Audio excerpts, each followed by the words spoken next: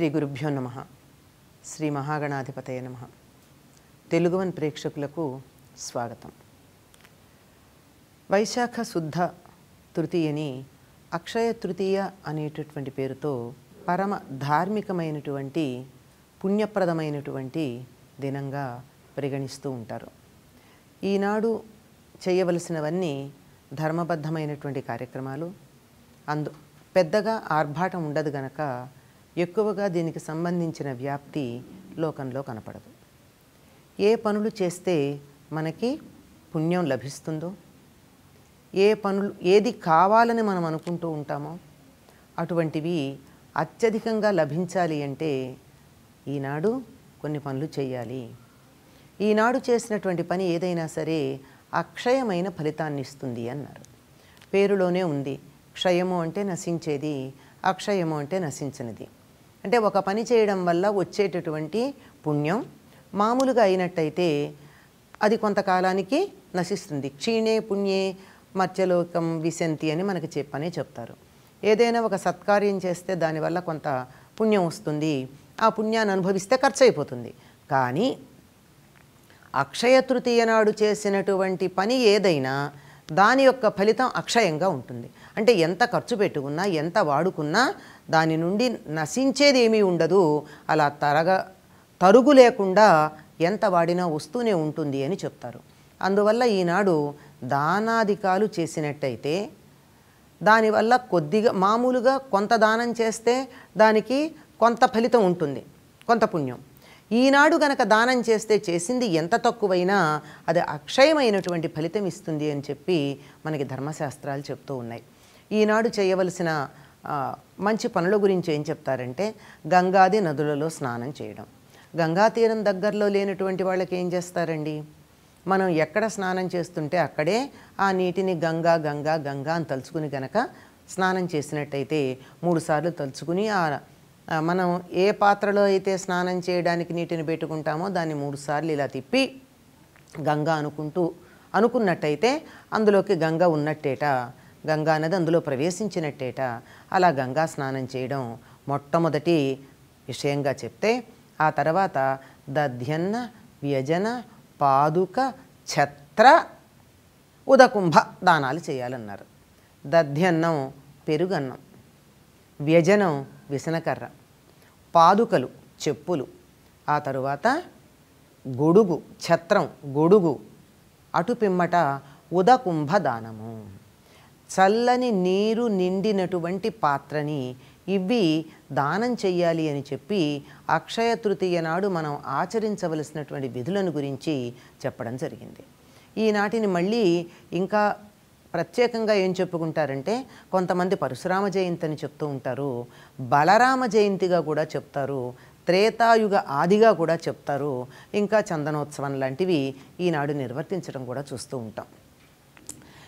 ఎందుకు ఈనాడు ఇవన్నీ చేయాలంటారంటే వచ్చేటటువంటిది వేసవికాలం. అంటే ఈ రోజుల్లో మనకి ఇప్పటికే వేసవికాలం వచ్చి దాని బాధ తాళలేని స్థితికి వచ్చేసామనుకోండి. ఒకప్పుడు ఋతువులు సక్రమంగా ఉండేటటువంటి రోజుల్లో చైత్ర వైశాఖ మాసాలు వసంత ఋతువై వైశాఖ మాసంలో పూర్ణిమ వచ్చింది అంటే ఇంకా ఎండలు మొదలు పెట్టడం ప్రారంభమవుతాయి.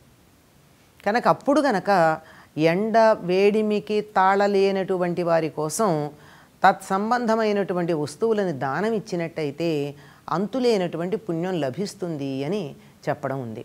అంటే వేసంకాలం రాగానే చెమటలు పడతాయి గనక విసనకర్రలతో విసురుకోవాలి, కనుక విసనకర్రలు దానం చేయడం. ఇది మనకి ఎక్కడ కనపడుతూ ఉంటుంది, భద్రాచలంలో సీతారామ కళ్యాణం జరుగుతూ ఉండగా విసనకర్రలు అందరికీ ఇస్తారు. అంటే ఇక నుంచి విసురుకోండి, వేసవికాలం వస్తుంది, తాటాకుల వల్ల చాలా బాగుంటుందండి, హాయిగా ఉంటుంది, సుఖంగా ఉంటుంది. అందుకని విసనకర్రలు. దధ్యన్నం అంటే పెరుగన్నం, వేడివేడి అన్నంలో గనక అన్నం చల్లారకుండా పెరుగు గనక వేసినట్టయితే ఒకలాంటి గమ్మత్తైన వాసన ఉంటుంది, కొంతమందికి నచ్చదు కూడా. కానీ ఆ వేడన్నంలో పెరుగు వేసి దాన్ని గనక తిన్నట్టయితే శరీరంలో ఉన్న ఎంతటి ఉష్ణమైనా వెంటనే తగ్గి చల్లబడుతుందిట. అందువల్ల వేసవికాలంలో ఇవ్వవలసింది ఏమిటంటే దధ్యన్నం, చెమట పడితే విసురుకోవడానికి విసనకర్ర, ఎప్పుడన్నా ఎక్కడికన్నా బయటికి వెళ్ళాలి అంటే దానికి కావలసినటువంటి కాళ్ళు మాడకుండా ఉండడానికి చెప్పులు, తల మాడకుండా ఉండడానికి గొడుగు, ఇవి ఇవ్వాలి. ఈ చెప్పులు గొడుగు కూడా ఇప్పుడు ఇవ్వడానికి సంబంధించి ఒక ఐతిహ్యం మనకి చెప్తూ ఉంటారు. ఒకప్పుడు జమదగ్ని రేణుకాదేవి ఇద్దరు అలా విహారానికి వెళ్ళినప్పుడు జమదగ్ని ఆయన బిల్లు తీసుకుని బాణాలు కొడుతూ ఉంటే అవి లక్ష్యానికి తగులుతూ ఉంటే రేణుకాదేవి వాటిని మళ్ళీ వెనక్కి తీసుకొచ్చి ఇస్తూ ఉండేదిట. ఒకసారి ఆలస్యమైతే ఎందుకు అంటే సూర్యుడి తాపానికి ఆవిడ నడవలేక ఆయాసపడిపోయిందిట. కాళ్ళు మాడుతూ ఉన్నాయి, తల మాడుతూ ఉంది. దాంతో ఆయన కోపం వచ్చి సూర్యుడిని శపించబోయాడు. ఆ సమయానికి సూర్యుడు ఒక వృద్ధ బ్రాహ్మణుడి వేషంలో వచ్చి అలా సూర్యుడిని శపించద్దు, ఇది మంచిది కాదు అని చెప్తే ఈయన కోపం తగ్గక ఇంకా కోపంగానే ఉన్నాడు. వీళ్ళ వంశమే చాలా గమ్మత్తైనటువంటిది అనుకున్నాం కదా. ఆ రజోగుణ సంపన్నమైనటువంటి చెరువుని, జలాన్ని, అటువంటి పుత్రుడు కలగాలని అభిమంత్రించి పెట్టిన జలాన్ని సత్యవతి స్వీకరించటం వల్ల ఆ గుణాలు ఉన్నటువంటి బ్రాహ్మణుడే జన్మించటం జరిగింది. అప్పుడు ఆ వృద్ధ బ్రాహ్మణుడు తానే సూర్యుడిని చెప్పి కోపాన్ని ఉపసంహరించుకోమన్నాడు. ఆయన తగ్గకపోతే నీ భార్యకే కాదు లోకంలో ఎవ్వరికీ కూడా ఎండబాధ తగలకుండా ఉండడానికి నేను ఒక ఉపాయం చెప్తాను. ఎందుకంటే మండడం, ఎండలు కాయడం నా ధర్మాన్ని నేను ఆపలేను కదా అని చెప్పి కాళ్ళు మాడకుండా చెప్పులని, తలకి వేడి తగలకుండా ఛత్రాన్ని, ఆ రెండింటిని సూర్యుడే స్వయంగా ఇచ్చాట. అందుకని ఈనాడు చెప్పులు గొడుగు దానం చేసినట్టయితే అటు జమదగ్ని, రేణుక, సూర్యుడు ఇంతమంది కూడా సంతోషిస్తారు అని మనకి పెద్దలు చెప్తూ ఉంటారు. దీంతో పాటుగా చేయవలసినటువంటిది ఉదకుంభ దానం. ఉదకుంభం అంటే నీరు నిండినటువంటి పాత్ర. ఈ పాత్ర బంగారు, వెండి ఇటువంటి పాత్రలు ఇచ్చిన దానికన్నా చల్లని మట్టి కుండ ఇవ్వడం శ్రేష్టంగా చెప్తారు. ఆ కుండని కూడా అప్పటికప్పుడు తీసుకుని వచ్చి కొని వెంటనే ఇవ్వటం కాదట. ముందుగానే ఆ కుండని కొనాలట. కొని దాంట్లో నీళ్లు పోసి దానిలో ఉన్నటువంటి ఆ మట్టి వాసన పోయేదాకా 3-4 రోజుల పాటు అందులో నీటిని మారుస్తూ శుభ్రం చేసి ముందు రోజే దాని నిండా నీటిని పట్టిపెట్టి దానిపైన మూకుడు లేకుండా ఇవ్వకూడదని కూడా శాస్త్రం ఉంది. మూకుడు పెట్టి ఆ కింద కుండ పెట్టి చల్లబడినటువంటి నీళ్లు ఉన్నాయే ఈ నీటిని దానం చేయాలట. ఈ ఉదకుంభదానం అన్నది చాలా ప్రధానం. ఎందుకు? ఇది వేసవికాలం, రాబోయే వేసవిని తట్టుకోవడానికి తగినటువంటి జాగ్రత్తలు ఇవన్నీ. చూడండి, మన పండగలన్నింటిలోనూ కూడా వెనక ఎంతటి సామాజిక స్పృహ, పర్యావరణ స్పృహ, మానవ సంక్షేమం, అందరి సుఖం కోరుకోవడం అన్నీ ఇమిడి ఉన్నాయో. అందుకే ఈ రోజుల్లో మనకి ముందుగానే వేసవి వచ్చింది. కానీ పూర్వం అయితే ఏం చేసేవారంటే ఈ రోజున చలివేంద్రాలు ప్రారంభించారు. ప్రపాదానము అనేటటువంటిది కూడా ఇప్పుడు చేసేటటువంటి వాటిల్లో ఒకానొక కార్యంగా చెప్తారు. అంటే చలివేంద్రం. చలివేంద్రం అంటే కుండలలో నీటిని పట్టి చల్లబరిచి, వేడివేడి నీరు కాదు, అది అప్పటికి తాగడానికి యోగ్యంగా కమ్మగా రుచిగా చల్లగా, ఎంతటి చల్లదనం అయితే మనకి దాహం తీరడానికి వీలవుతుందో అంత చల్లగా. అతి చల్లగా ఉంటే ఎన్ని నీళ్లు తాగినా దాహం తీరదు. మనకే అనుభవంలో ఉండనే ఉంది. ఫ్రిడ్జ్లోంచి చల్లగా ఉన్న నీళ్లు తీసుకుని తాగితే దాహం తీరుతుందా? నోటికి ఆ క్షణాన హాయిగా అనిపించచ్చేమో కానీ సుఖంగా మాత్రం అనిపించదు, దాహం తీరదు. ఎన్ని నీళ్లు తాగినా దాహం తీరట్లేదండి అంటాం. అదే కుండలో నీళ్లు తాగండి, ఒక్క గ్లాసు నీళ్ళకి అమ్మాయి అని మనసుకి తృప్తి కలుగుతుంది. ఆ రకంగా తృప్తి కలిగేటటువంటి విధంగా నీటిని సిద్ధపెట్టి అలా సిద్ధంగా ఉంచినటువంటి నీటిని ఇవ్వడం మొదలు పెడతారు. చలివేంద్రాలు పెట్టడం కూడా ఈనాడే ప్రారంభించేవారు పూర్వకాలంలో, ఋతువులు సక్రమంగా ఉన్న రోజుల్లో. ఇప్పుడైతే మనం ముందుగా చేయవలసినటువంటి అవసరం ఉంది. తర్వాత ఇంకా చేయవలసింది ఏమిటి అంటే తెల్లని వస్త్రాలని దానం చేయాలి.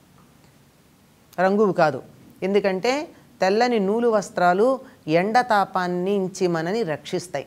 ధర్మశాస్త్రాల్లో చెప్పిన విషయాలండి ఇవి, తెల్లని వస్త్రాలని.